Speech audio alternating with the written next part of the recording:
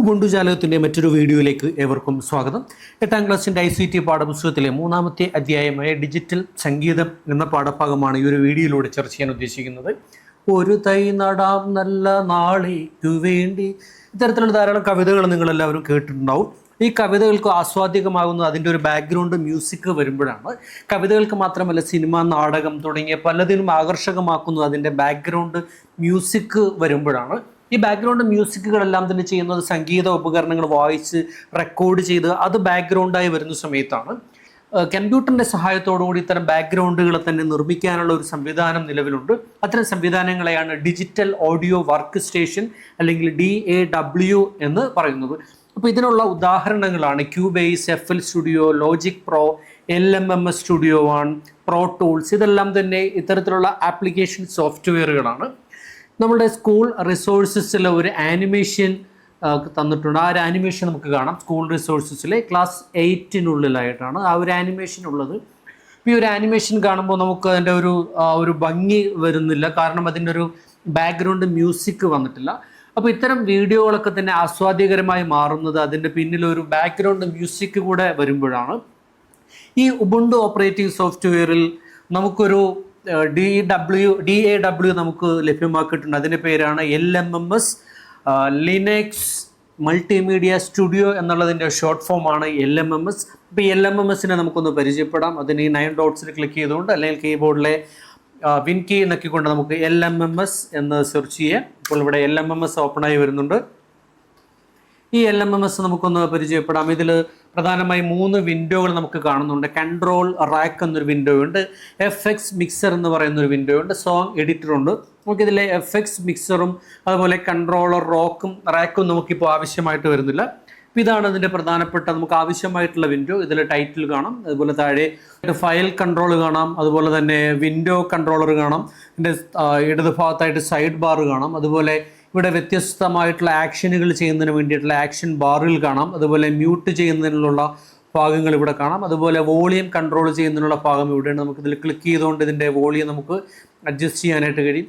ഇതാണ് ഇതിൻ്റെ ഒരു വിൻഡോയുമായി ബന്ധപ്പെട്ട് പ്രധാനമായിട്ട് നമുക്ക് അറിഞ്ഞു വയ്ക്കേണ്ട കാര്യങ്ങൾ. ഒരു ബാക്ക്ഗ്രൗണ്ട് മ്യൂസിക്കിനെ സംബന്ധിച്ച് അതിലൊരു മെലഡിയും അതുപോലെ റിതമും ഉണ്ടായിരിക്കും. ഈണവും താളവും ചേരുമ്പോഴാണ് ഒരു പശ്ചാത്തല സംഗീതം ഉണ്ടാകുന്നത്. നമ്മൾ ആദ്യമായിട്ട് തയ്യാറാക്കുന്നത് താളമാണ്, റിതമാണ് ആദ്യമായിട്ട് നമ്മൾ തയ്യാറാക്കുന്നത്. അത് എങ്ങനെയാണെന്ന് നോക്കാം. നമുക്ക് ആ താളം റിതം ഉണ്ടാക്കുന്നതിന് വേണ്ടി നമുക്കിവിടെ വ്യത്യസ്തങ്ങളായിട്ടുള്ള ട്രാക്കുകൾ കാണാം. അതിലെ ബീറ്റ് ബേസ് ലൈൻ എന്ന ട്രാക്കിന് നേരെ കാണുന്ന ആദ്യത്തെ ആ ഒരു സെല്ലിലൊന്ന് ഡബിൾ ക്ലിക്ക് ചെയ്യാം. അപ്പോൾ ഡബിൾ ക്ലിക്ക് ചെയ്യുന്ന സമയത്ത് ഇതേപോലെ ഒരു വിൻഡോയാണ് ഓപ്പണായി വരുന്നത്. ഈ ട്രാക്കിൽ ബീറ്റുകൾ വരേണ്ട ഭാഗത്തൊന്ന് ക്ലിക്ക് ചെയ്ത് നൽകണം. അതിന് പാഠപുസ്തകത്തിൽ കൊടുത്തിരിക്കുന്ന ആ ഒരു മാതൃകത്തിൽ തന്നെ നമുക്ക് ഭാഗങ്ങളൊന്ന് ക്ലിക്ക് ചെയ്യാം. നമുക്കൊരു ബീറ്റ് കേൾക്കാനായിട്ട് കഴിയുന്നുണ്ട്. അപ്പോൾ ഇതുപോലെ തന്നെ മറ്റ് ബീറ്റുകൾ നമുക്കിതിലേക്ക് ഇനി എങ്ങനെയാണ് ആഡ് ചെയ്യുക എന്നുള്ളത് പരിശോധിക്കാം. അപ്പോൾ ഇത് നിർത്തുന്നതിനായിട്ട് ഇവിടെ ഈ പോസ് ബട്ടണിൽ ക്ലിക്ക് ചെയ്തിട്ടുണ്ടെങ്കിൽ അത് പോസായി നിൽക്കുന്നതാണ്. ഇനി മറ്റ് ട്രാക്കുകളും ഇതേപോലെ തന്നെ നമുക്ക് ഈ എഡിറ്ററിലേക്ക് തന്നെ ആഡ് ചെയ്യേണ്ടതുണ്ട്. ഇതിൻ്റെ ടെമ്പോ അല്പം കുറക്കുന്നതിന് വേണ്ടി ഈ പ്രധാന വിൻഡോയിൽ മുകൾ ഭാഗത്ത് കാണുന്ന ടെമ്പോ എന്ന ഭാഗത്തൊന്ന് ഡബിൾ ക്ലിക്ക് ചെയ്ത് കഴിഞ്ഞാൽ നമുക്കവിടെ അതിൻ്റെ സൈസ് അതിൻ്റെ ആ ഒരു ടെമ്പോയുടെ അളവ് 120 മാറ്റുവാനായിട്ട് ടെക്സ്റ്റ് ബുക്കിൽ ആവശ്യപ്പെടുന്നുണ്ട്. നമുക്ക് 120 എന്ന് കൊടുത്തതിന് ശേഷം ഓക്കെ പ്രസ് ചെയ്യാം. ഇനി നമുക്ക് വീണ്ടും കൂടുതലായിട്ട് താളങ്ങൾ ഇതിലേക്ക് ആഡ് ചെയ്യേണ്ടതുണ്ട്. കിക്കോ 01, സ്നെയർ 01 ഈ തുടങ്ങിയ ട്രാക്കുകളും കൂടി അതിലേക്ക് നമുക്ക് ആഡ് ചെയ്യണം. അതിന് വേണ്ടിയിട്ട് ഈ സൈഡ് ബാറിലേക്ക് വന്നു കഴിഞ്ഞാൽ സൈഡ് ബാറിൽ ഇവിടെ മൈ സാമ്പിൾസ് എന്ന് കാണാം. മൈ സാമ്പിൾസിൻ്റെ നേരെ ഡ്രംസ് എന്നതിൽ ഈ കറുത്ത ആരോയിൽ ക്ലിക്ക് ചെയ്ത് കഴിഞ്ഞാൽ നമുക്കിവിടെ ആദ്യത്തെ ട്രാക്കിലേക്ക് ഈ കിക്ക് 01 OGG എന്നുള്ളത് കാണാം. ഒന്ന് ഡബിൾ ക്ലിക്ക് ചെയ്ത് കഴിഞ്ഞാൽ അത് ഈ ഭാഗത്തേക്ക് വരുന്നുണ്ട്. അതുപോലെ മറ്റ് ട്രാക്കുകളിലേക്കും ഇത്തരത്തിലൂടെ കൊടുത്തിരിക്കുന്ന അതേ മാതൃകയിൽ തന്നെ നമുക്ക് ആഡ് ചെയ്യാം.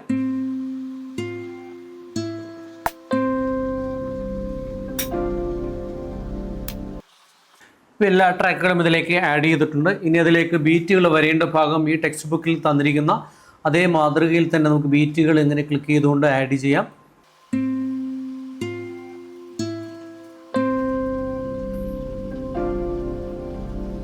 ഇനി നമുക്കൊന്ന് പ്ലേ ചെയ്ത് പരിശോധിക്കാം. നമ്മൾ ചേർത്ത ട്രാക്കുകൾ അനുസരിച്ച് അതിൻ്റെ ഒരു ബീറ്റ് തയ്യാറായി വന്നിട്ടുണ്ട്. നമുക്കിനി ഇത് ക്ലോസ് ചെയ്തുകൊണ്ട് ഇപ്പോൾ ഇവിടെ ഒരല്പസമയത്തേക്ക് മാത്രമാണ് ഈ ഒരു സൗണ്ട് ഇതിലേക്ക് നമുക്ക് പ്ലേ ചെയ്യാനായിട്ട് കഴിയുക. ആ ഒരു സെക്കൻഡിന് ശേഷം പിന്നീട് നമുക്ക് ആ സൗണ്ട് ലഭ്യമാകുന്നില്ല. അപ്പോൾ അതിൻ്റെ എക്സ്റ്റെൻഡ് ചെയ്യുന്നതിന് വേണ്ടിയിട്ട് ഈ ഭാഗങ്ങളിലൊന്ന് ക്ലിക്ക് ചെയ്ത് കഴിഞ്ഞാൽ, മൗസ് ഉപയോഗിച്ച് ക്ലിക്ക് ചെയ്ത് കഴിഞ്ഞാൽ ആവശ്യമായ സമയത്തിലേക്ക് അത് റിപ്പീറ്റ് ചെയ്ത് വരുന്നതായിട്ട് നമുക്ക് കാണാം. അങ്ങനെ നമ്മൾ ആവശ്യത്തിനുള്ള താളം, റിതം നമ്മൾ തയ്യാറാക്കിയിട്ടുണ്ട്. ഇനി നമുക്കിതിലേക്ക് ചേർക്കേണ്ടത് ഈണമാണ്, മെലഡിയാണ് നമുക്കിതിലേക്ക് ഇനി ചേർക്കേണ്ടത്. ആ ഈണം എങ്ങനെയാണ് ചേർക്കുക എന്നുള്ളത് നമുക്കൊന്ന് പരിശോധിക്കാം. ഈണം ചേർക്കുന്നതിന് മൈ സാമ്പിൾസിലേക്ക് തന്നെ വരുന്നു. മൈ സാമ്പിൾസിലെ ഡ്രംസ് എന്നുള്ളത് ഓഫ് ചെയ്തതിന് ശേഷം നമുക്കിവിടെ മൈസ്ലേനിസ് മിസ്ക് എന്ന് കാണാം.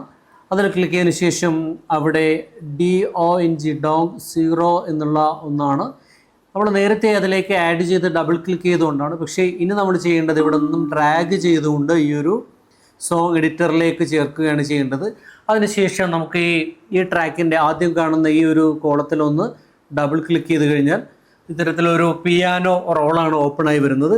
നമുക്കിത് ആവശ്യത്തിനനുസരിച്ച് നമ്മളിത് ക്ലിക്ക് ചെയ്യുന്നതനുസരിച്ച് ഇതിൻ്റെ ആ ഒരു ടോണുകൾ മാറി മാറി വരുന്നുണ്ട്.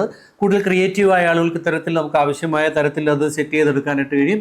റൈറ്റ് ക്ലിക്ക് ചെയ്ത് കഴിഞ്ഞാൽ അത് നമുക്ക് അവിടെ നിന്ന് ഡിലീറ്റ് ചെയ്യാനായിട്ട് സാധിക്കുന്നതാണ്. ഇനി ടെക്സ്റ്റിൽ കൊടുത്തിരിക്കുന്ന ഒരു മാതൃകയുണ്ട്. ആ ഒരു മാതൃകയിലേക്ക് നമുക്ക് ഈ ഒരു പിയാനോ നമുക്കൊന്ന് സെറ്റ് ചെയ്യാം. ഇതിന് ടെക്സ്റ്റിൽ കൊടുത്തിരിക്കുന്ന ഒരു മാതൃക, ആ ഒരു മാതൃകയിലേക്ക് നമുക്കിതൊന്ന് സെറ്റ് ചെയ്യാം. ഇനി ഇതിൻ്റെ വലിപ്പം ഒരല്പം കൂടി വ്യത്യാസം വരുത്തണമെന്നുണ്ടെങ്കിൽ 100 എന്നുള്ളതിന് പകരം അത് 200ലേക്ക് മാറ്റുകയാണെങ്കിൽ കുറച്ചുകൂടി അത് വലിപ്പത്തിലേക്ക് കിട്ടുന്നുണ്ട്. ഇനി നമുക്കിത് ഈ ടെക്സ്റ്റ് ബുക്കിൽ കൊടുത്തിരിക്കുന്ന അതേ മാതൃകയിൽ തന്നെ ഇത് പൂരിപ്പിക്കാം. ഇനി ക്ലിക്ക് ചെയ്യുന്ന സമയത്ത് ഇതൊരു 3-4 കോളത്തിലേക്കാണ് വരുന്നത് എങ്കിൽ നമുക്ക് ഈ ഒരു ഭാഗത്ത് ക്ലിക്ക് ചെയ്തുകൊണ്ട് ഇതിൻ്റെ ആ ഒരു സൈസ് നമുക്ക് അഡ്ജസ്റ്റ് ചെയ്തുകൊണ്ട് ആ ഒരു ബീറ്റിൻ്റെ വലിപ്പം ക്രമീകരിക്കാനായിട്ട് കഴിയും. ഇനി അതിനുശേഷം 1, 2, 3, 4, 5 എണ്ണത്തിന് ശേഷമാണ് അടുത്തത് 1, 2, 3, 4, 5. അപ്പോൾ ഇതേ മാതൃകയിൽ ശ്രദ്ധയോടെ എല്ലാ ബീറ്റുകളും കൃത്യമായിട്ട് തന്നെ നൽകുക. ടെക്സ്റ്റ് ബുക്കിലുള്ളതുപോലെ തന്നെ നമ്മൾ കൃത്യമായി അവിടെ നമ്മൾ ചേർത്തിട്ടുണ്ട്. അതിനുശേഷം നമുക്ക് ഇനി ചെയ്യേണ്ടത് ഇത് ക്ലോസ് ചെയ്യാം. ക്ലോസ് ചെയ്യുമ്പോൾ നമുക്കിവിടെ കാണാം ആ ഒരു ഈണം അവിടേക്ക്, മെലഡി അവിടേക്ക് വന്നിട്ടുണ്ട്. ഇനി ഇത് മറ്റ് സ്ഥലങ്ങളിലേക്കും ഒന്ന് കോപ്പി ചെയ്യാം. അതിന് റൈറ്റ് ക്ലിക്ക് ചെയ്തതിന് ശേഷം ഇവിടെ കോപ്പി എന്ന് ക്ലിക്ക് ചെയ്യാം. അതിനുശേഷം റൈറ്റ് ക്ലിക്ക് ചെയ്തുകൊണ്ട് പേസ്റ്റ്.